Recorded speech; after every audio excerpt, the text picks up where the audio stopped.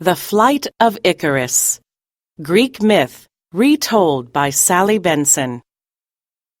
When Theseus escaped from the labyrinth, King Minos flew into a rage with its builder, Daedalus, and ordered him shut up in a high tower that faced the lonely sea. In time, with the help of his young son, Icarus, Daedalus managed to escape from the tower, only to find himself a prisoner on the island. Several times he tried by bribery to stow away on one of the vessels sailing from Crete, but King Minos kept strict watch over them, and no ships were allowed to sail without being carefully searched. Daedalus was an ingenious artist and was not discouraged by his failures. "Minos may control the land and sea," he said, "but he does not control the air. I will try that way." He called his son Icarus to him and told the boy to gather up all the feathers he could find on the rocky shore. As thousands of gulls soared over the island, Icarus soon collected a huge pile of feathers. Daedalus then melted some wax and made a skeleton in the shape of a bird's wing. The smallest feathers he pressed into the soft wax, and the large ones he tied on with thread.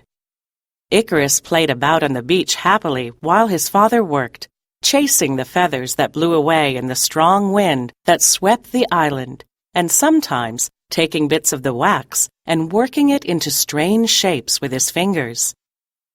It was fun making the wings.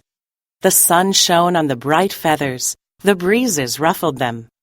When they were finished, Daedalus fastened them to his shoulders and found himself lifted upwards, where he hung poised in the air. Filled with excitement, he made another pair for his son. They were smaller than his own, but strong and beautiful. Finally, one clear, wind-swept morning, the wings were finished, and Daedalus fastened them to Icarus's shoulders and taught him how to fly. He bade him watch the movements of the birds, how they soared and glided overhead. He pointed out the slow, graceful sweep of their wings as they beat the air steadily, without fluttering.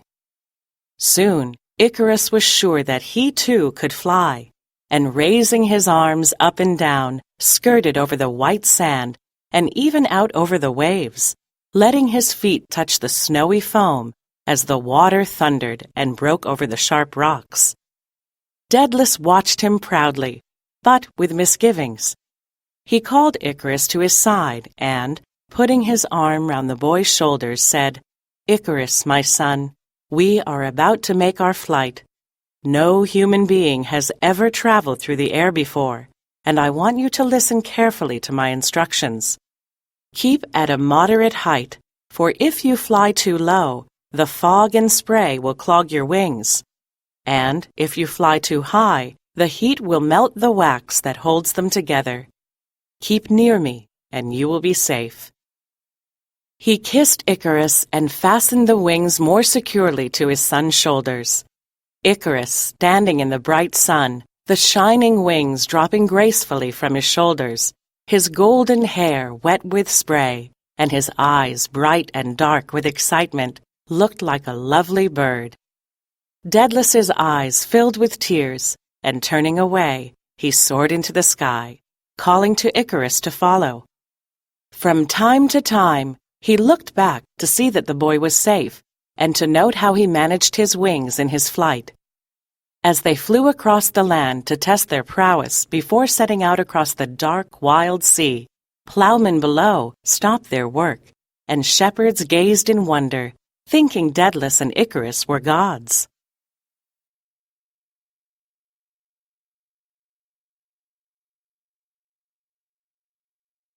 Father and son flew over Samos and Delos, which lay on their left, and Lebenthus, which lay on their right.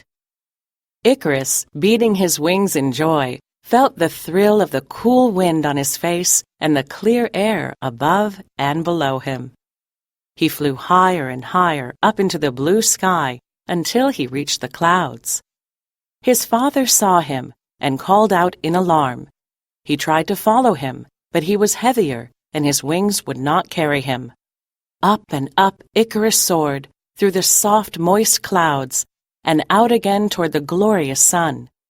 He was bewitched by a sense of freedom, and beat his wings frantically, so that they would carry him higher and higher to heaven itself. The blazing sun beat down on the wings and softened the wax. Small feathers fell from the wings and floated softly down, warning Icarus to stay his flight and glide to earth. But the enchanted boy did not notice them until the sun became so hot that the largest feathers dropped off and he began to sink. Frantically, he fluttered his arms, but no feathers remained to hold the air. He cried out to his father, but his voice was submerged in the blue waters of the sea, which has forever after been called by his name. Daedalus, crazed by anxiety, called back to him, "Icarus, Icarus, my son, where are you?" At last he saw the feathers floating from the sky, and soon his son plunged through the clouds into the sea. Daedalus hurried to save him, but it was too late. He gathered the boy in his arms and flew to land, the tips of his wings dragging in the water from the double burden they bore. Weeping bitterly, he buried his small son and called the land Icaria in his memory.